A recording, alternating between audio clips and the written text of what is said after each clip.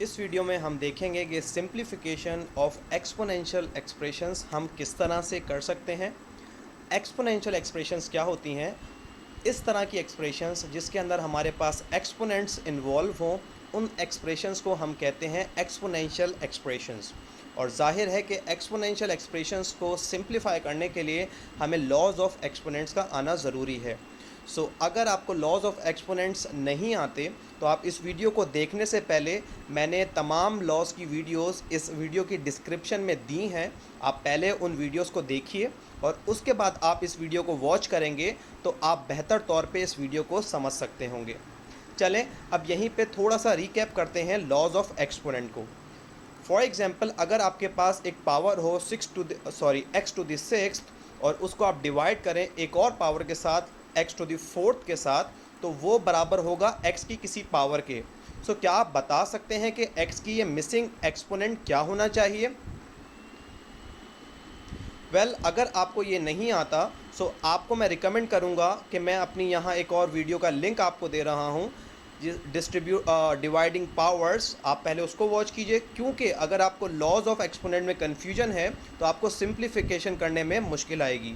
Video को रोक के पहले वो वॉच कर लीजिए और उसके बाद वीडियो को कंटिन्यू कीजिएगा। चलें, इसका सिंपल आंसर है x squared. X to the sixth को जब एक्स टू द फोर्थ के साथ डिवाइड किया जाता है तो आंसर आता है एक्स स्क्वायर्ड। और इसको हम सॉल्व करते हैं अपने इस लॉ की मदद से, जो ये कहता है कि जब दो पावर्स जिनकी बेसिस सेम हो डिवाइड की जाती हैं तो उनके एक्सपोनेंट्स को सब्ट्रैक्ट यानी माइनस किया जाता है। यहाँ पर आप देख सकते हैं कि इन दोनों की बेसिस सेम थी, इनके एक्सपोनेंट जो कि 6 और 4 थे, हमने उन दोनों को सब्ट्रैक्ट किया तो 6 माइनस 4 हमारे पास आंसर आया सिंपली 2। हमने इसको इस तरह से सिंप्लीफाई किया।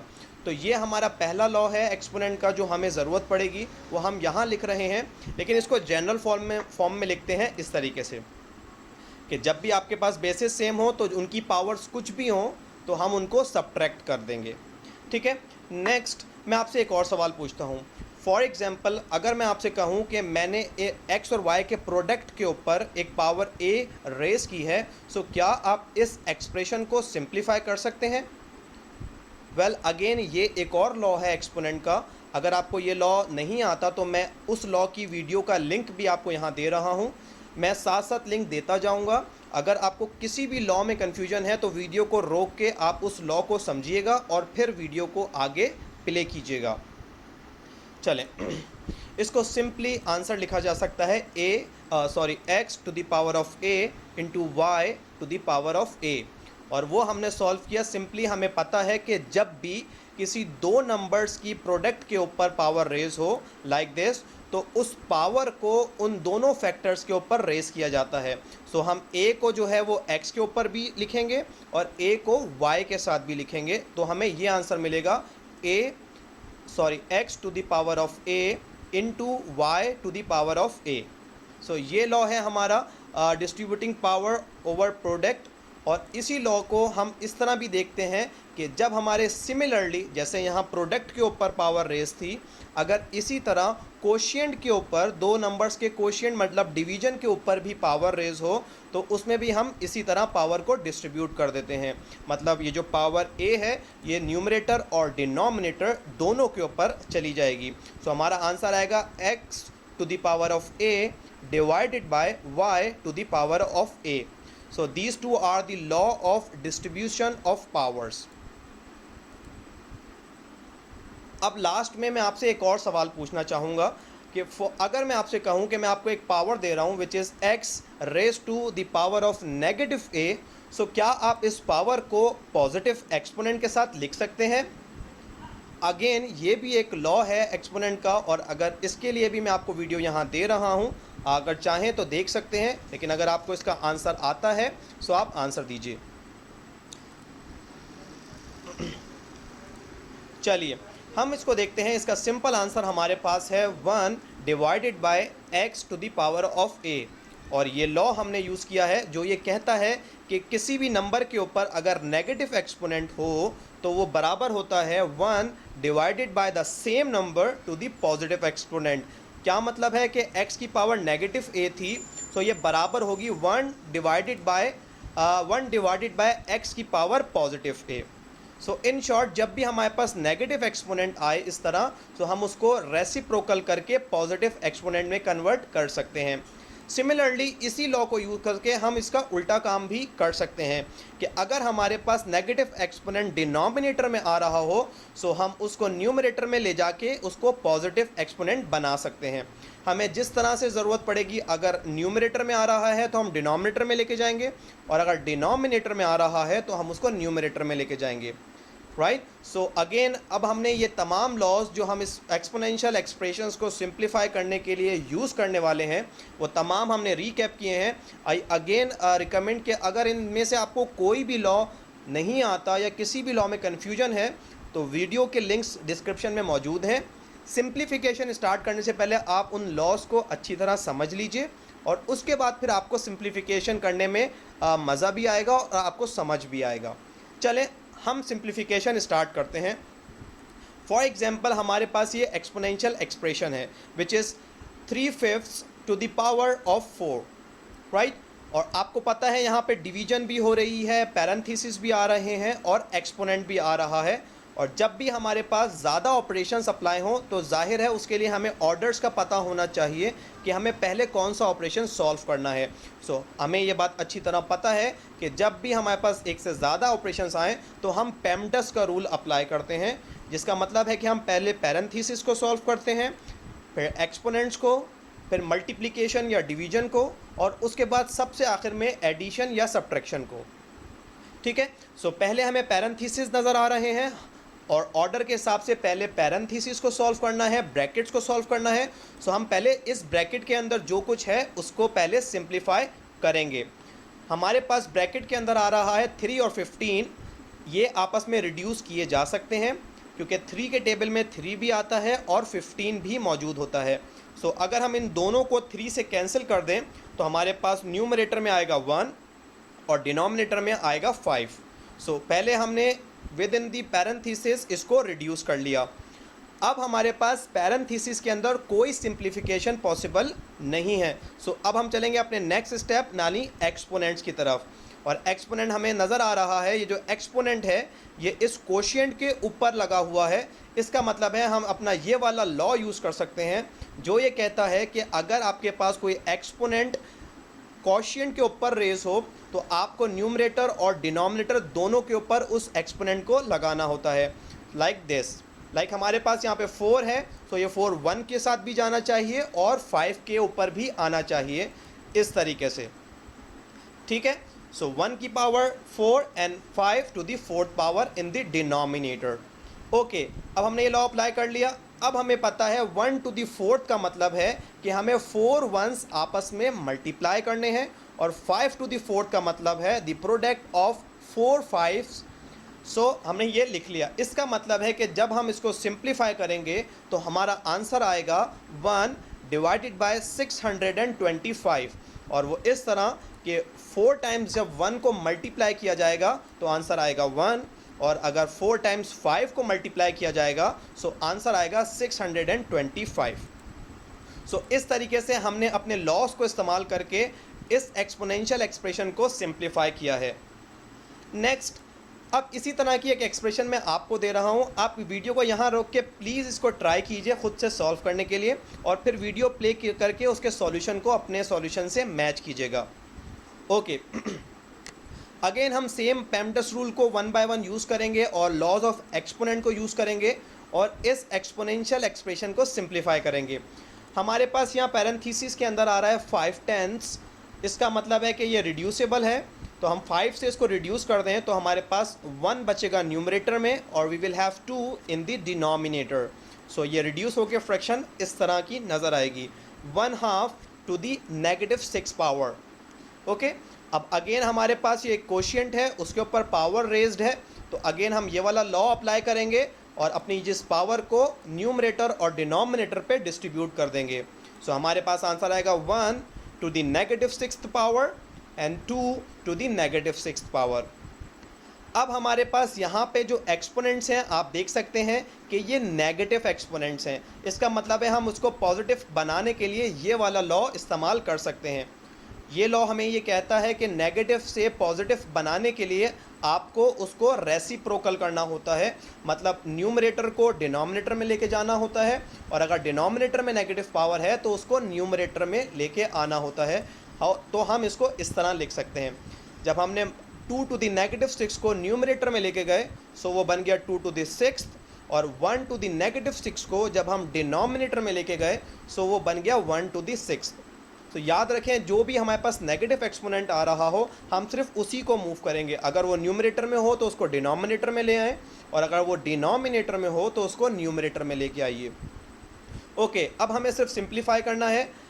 ये लिखा है 2 to the 6th, इसका मतलब है कि हमें 6 2s को आपस में मल्टीप्लाई करना है, और 1 to the 6 का मतलब हमें 6 1s को आपस में मल्टीप्लाई करना है। तो इसका फाइनल आंसर आएगा 64 डिवाइडेड बाय 1, क्योंकि हमें पता है कि जब हम 6 2s को मल्टीप्लाई करेंगे 1 by 1 सो आंसर आएगा 64, और अगर 1 6 को मल्टीप्लाई करेंगे तो आंसर आएगा 1। और हमें अच्छी तरह पता है कि डिनोमिनेटर में हम 1 मेंशन नहीं करते, तो हमारा फाइनल आंसर आएगा 64। सो आई होप आपको ये वाली भी एक्सपोनेंशियल एक्सप्रेशन समझ में आई होगी। नेक्स्ट थोड़ा सी और कॉम्प्लिकेटेड एक्सपोनेंशियल एक्सप्रेशन ट्राई करते हैं। ओके, नाउ हम इस एक्सपोनेंशियल एक्सप्रेशन को ट्राई करते हैं। पहले आपको नज़र आ रहा है कि हम पैरेंथेसिस ही सॉल्व करेंगे, और ब्रैकेट के अंदर काफ़ी सिंप्लीफिकेशन पॉसिबल हैं। सो हम पहले उसको सिंप्लीफाई करते हैं। लाइक हमारे पास -4 है न्यूमरेटर में और डिनोमिनेटर में है 2, ये दोनों आपस में कैंसिल होकर रिड्यूस हो सकते हैं। सो हम इनको कैंसिल करते हैं 2 के टेबल से। सो 2 के टेबल से जब -4 को आप कैंसिल करेंगे तो आंसर आएगा -2, और 2 के टेबल से जब 2 को कैंसिल करेंगे तो आंसर आएगा 1, राइट। सो हमने एक ही वाला काम कर लिया। अब हमारे पास नंबर रिड्यूस हो गया, लेकिन आप देख सकते हैं यहाँ पे हमारे पास x बेस वाली पावर न्यूमरेटर में भी है और डिनोमिनेटर में भी है।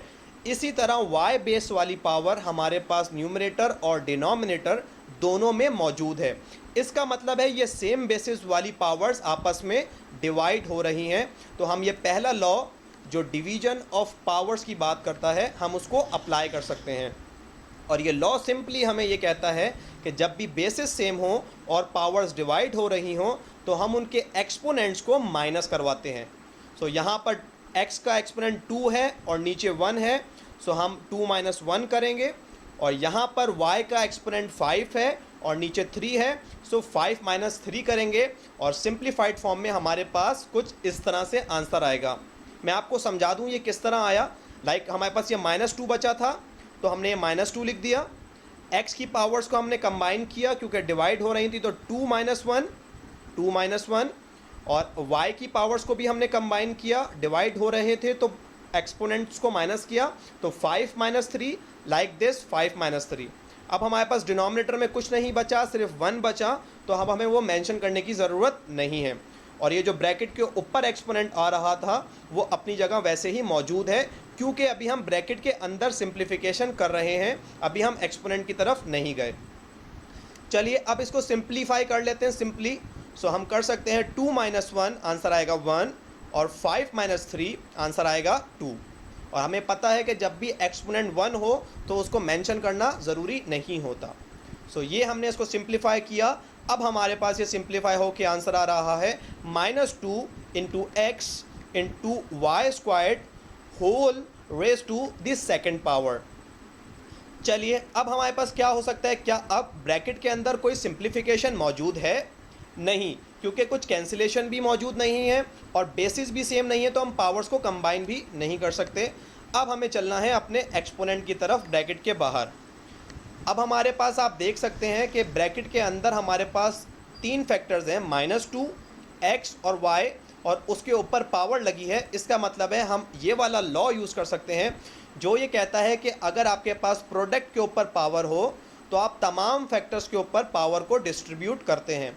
सो अब हम ये जो पावर 2 है जो इन तीनों फैक्टर्स के ऊपर है, सो हम उसको डिस्ट्रीब्यूट कर देंगे लाइक दिस। सो ये जो -2 था ये ये जो 2 एक्सपोनेंट था ये -2 के ऊपर भी आया, x के साथ भी आया, और y² जो कि ऑलरेडी आप देख सकते हैं कि y² था उसके ऊपर एक और एक्सपोनेंट आ गया। सो अब हमारे पास है -2² y² और y² और उसका स्क्वायर। ठीक है, अब हमें सिर्फ सिंप्लीफिकेशन करनी है, वो हम इस तरह करेंगे। -2 का स्क्वायर हमें पता है +4 होता है, वो हमने लिख दिया। एक्स स्क्वायर में कोई सिंप्लीफिकेशन पॉसिबल नहीं है, तो हमने उसको ऐसे ही लिख दिया। और अगेन वाई स्क्वायर का स्क्वायर आ रहा है, सो हमें अच्छी तरह ये पता है कि जब भी इस पावर के ऊपर एक और पावर आती है, सो हम दोनों पावर्स को आपस में मल्टीप्लाई करते हैं। सो 2 × 2 = 4, तो y की पावर हमारे पास आ गई 4। सो अब ये जो हमारी इतनी बड़ी एक्सपोनेंशियल एक्सप्रेशन थी, अब आप देख सकते हैं वो सिंपल होके बन गई है 4 × x² × y⁴। सो अगेन आपको अगर ये पार्ट में थोड़ा कन्फ्यूजन है तो आप रिवाइंड करके इस सवाल को एक बार दोबारा से देखिए, ताकि आपको ये अच्छी तरह से क्लियर हो जाए। In the last of the video अब हम वो वाला सवाल सॉल्व करेंगे जो हमने आपको वीडियो के स्टार्ट में दिखाया था, लाइक दिस। अब हमारा ये आखिरी सवाल है, इसको भी हम पेमडस रूल और अपने लॉज ऑफ एक्सपोनेंट की मदद से ही सिंप्लीफाई करेंगे। ओके, सो पहला स्टेप हमारे पास, अगेन हमारे पास बेसिस सेम है, न्यूमरेटर और डिनोमिनेटर में आप देख सकते हैं ए भी आ रहा है दोनों में, बी भी मौजूद है और सी भी मौजूद है। तो हम ये वाला लॉ अगेन अप्लाई कर सकते हैं और इनकी कम पावर्स को सब्ट्रैक्ट कर सकते हैं, लाइक दिस। हमने यहाँ पर क्या किया है, ये 15 और 5 जो आ रहे थे हमने इसको कैंसिल किया, तो 15 / 5 हमारे पास आंसर आया 3। और अब हमने पावर्स को कंबाइन किया है इस लॉ की मदद से, ठीक है। सो ए की पावर न्यूमरेटर में 2 थी और डिनोमिनेटर में 1, सो 2 - 1 ये हमने लिख दिया 2 - 1। बी की पावर, बी का एक्सपोनेंट न्यूमरेटर में 3 था और डिनोमिनेटर में 1 था, सो हमने लिख दिया 3 - 1। इसी तरह सी का जो एक्सपोनेंट है वो न्यूमरेटर में 4 था और डिनोमिनेटर में 2 था, हमने इनको भी माइनस किया और लिख दिया सी की पावर 4 - 2, ठीक है। और ये जो इन सब के ऊपर ब्रैकेट के बाहर -3 एक्सपोनेंट है, उसको हमने ऐसे ही ब्रैकेट के ऊपर मौजूद रहने दिया है, क्योंकि अभी हम ब्रैकेट के अंदर सिंप्लीफिकेशन कर रहे हैं। चलें अब सिंपल हमें माइनस करके इसको फर्दर सिंप्लीफाई कर लेते हैं, लाइक दिस। सो 2 - 1 आंसर आया 1, जो हम मेंशन करने की ज़रूरत नहीं होती हमें। 3 - 1 आंसर आया 2 और 4 - 2 अगेन आंसर आया 2। सो अब हमारे पास ये फाइनल टर्म बची है 3 × a × b² × c² whole raise to the -3 power. Okay, so अब हमें क्या करना है, अब हमें यहाँ पे आप देख सकते हैं कि नेगेटिव एक्सपोनेंट नज़र आ रहा है। सो नेगेटिव एक्सपोनेंट के लॉ को इस्तेमाल करेंगे, जो ये कहता है कि नेगेटिव एक्सपोनेंट को पॉजिटिव बनाने के लिए उसको रेसिप्रोकल करना होता है, या 1 / the same number with the positive power लिखना होता है। सो अब हम इसको जब पॉजिटिव बनाएंगे तो हमारे पास ये आंसर आएगा कि हमने 1 / पूरी ये चीज़ सेम लिखी, बस पावर जो -3 थी वो +3 हो गई। इस लॉ की मदद से हमने इसको पॉजिटिव बनाया, ठीक है। सो अभी हमारी पावर पॉजिटिव बन गई। अब हम देख सकते हैं कि ये पावर इस पूरी टर्म के ऊपर आ रही है, जिसके ना 1 2 3 4 हमारे पास फैक्टर्स हैं। तो हम ये वाला लॉ अप्लाई कर सकते हैं और अपनी इस पावर को डिस्ट्रीब्यूट कर सकते हैं, लाइक दिस। ये जो 3 था ये इस 3 के ऊपर भी आया, a के ऊपर भी आया, b² के ऊपर भी आया और c² के ऊपर भी आया। इस तरह 1 2 3 4 ये जो तमाम 4 के 4 फैक्टर्स थे, सब के ऊपर 3 आ गया, ये देख सकते हैं आप, ठीक है। सो अब हमने ये लॉ अप्लाई कर लिया। अब हमें सिंप्लीफाई करना है और हम इस तरह सिंप्लीफाई कर सकते हैं, क्योंकि 9³ सॉरी यहाँ मुझसे मिस्टेक हो गई है, 9³ होता है 27, 3³ होता है 27, क्योंकि 3 को जब हम 3 टाइम्स लिख के मल्टीप्लाई करेंगे तो आंसर आएगा 27। ओके, a³ हमने ऐसे ही लिखा। अगेन हमारे पास b² के ऊपर पावर आ रही थी 3। सो अगेन पावर के ऊपर पावर आती है तो हमने बताया आपको कि पावर्स को मल्टीप्लाई किया जाता है। सो 2 × 3 = 6, तो b की पावर आ गई 6। इसी तरह c के ऊपर पावर थी 2 और उसके ऊपर एक और पावर थी 3। सो पावर के ऊपर पावर आएगी तो पावर्स या एक्सपोनेंट आपस में मल्टीप्लाई होंगे, तो ये आंसर आया 6 3 तो 6 पावर। सो आई होप आपको ये चीज़ समझ में आ गई होगी और आपने देखा कि किस तरह से हम पेमडस को यूज़ करके और लॉज ऑफ एक्सपोनेंट को यूज़ करके आप किसी भी एक्सपोनेंशियल एक्सप्रेशन को सिंप्लीफाई कर सकते हैं, लाइक दिस। देखने में आपको मुश्किल लग रहा होगा, लेकिन आई गारंटी यू कि अगर आपने लॉज ऑफ एक्सपोनेंट को, जो कि यहाँ पे ऊपर लिखे हुए हैं, अगर ये अच्छी तरह से आपको आते हैं तो आप प्रैक्टिस करेंगे तो आप आसानी एक्सपोनेंशियल एक्सप्रेशंस को बहुत आसानी के साथ सॉल्व कर लेंगे। प्लीज़ इसकी प्रैक्टिस ज़रूर कर लीजिएगा। Thank you so much.